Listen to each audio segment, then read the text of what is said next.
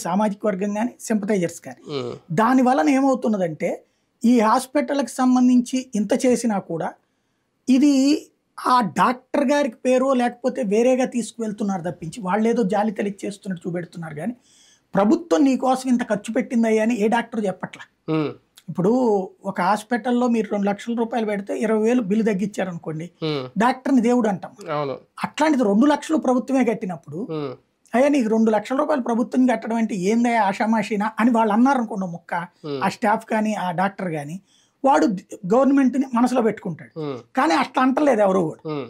నీ గవర్నమెంట్ ఏడిపించుకుదంటే మేమే జాలి తెలిసి నీకు చేసామయ్యా అన్నట్టు మాకు ఉంటుంది. బిల్లులు రావట్లేదు అయినా మేము ఆ, చేసాం.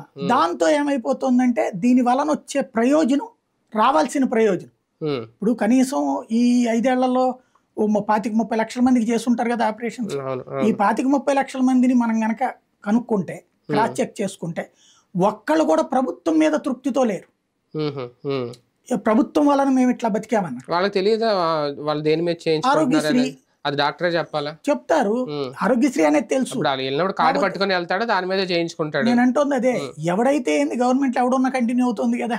అదేలే. ఉమ్, ఇంకా ఆయన ఇబ్బంది పెట్టాడు అట్ట డాక్టర్ గారిని, ఆయన ఏదో జాలి తెలిసి చేశాడు కాబట్టి నడుస్తుంది. ఉమ్, ఈ టైప్లో ఉంది. కానీ ఉమ్, అరే ఓ 10 లక్షలు అంటే ఇది ఎట్లా ఉంటుంది అంటే, చిన్న సింపుల్ ఎగ్జాంపుల్, చంద్రబాబు నాయుడు టైంలో బియ్యం ధరలు నియంత్రణ కోసం అని చెప్పేసి నాకు బాగా గుర్తు, ప్రతి షాప్ ముందు కూడా ₹12 మించి కేజీ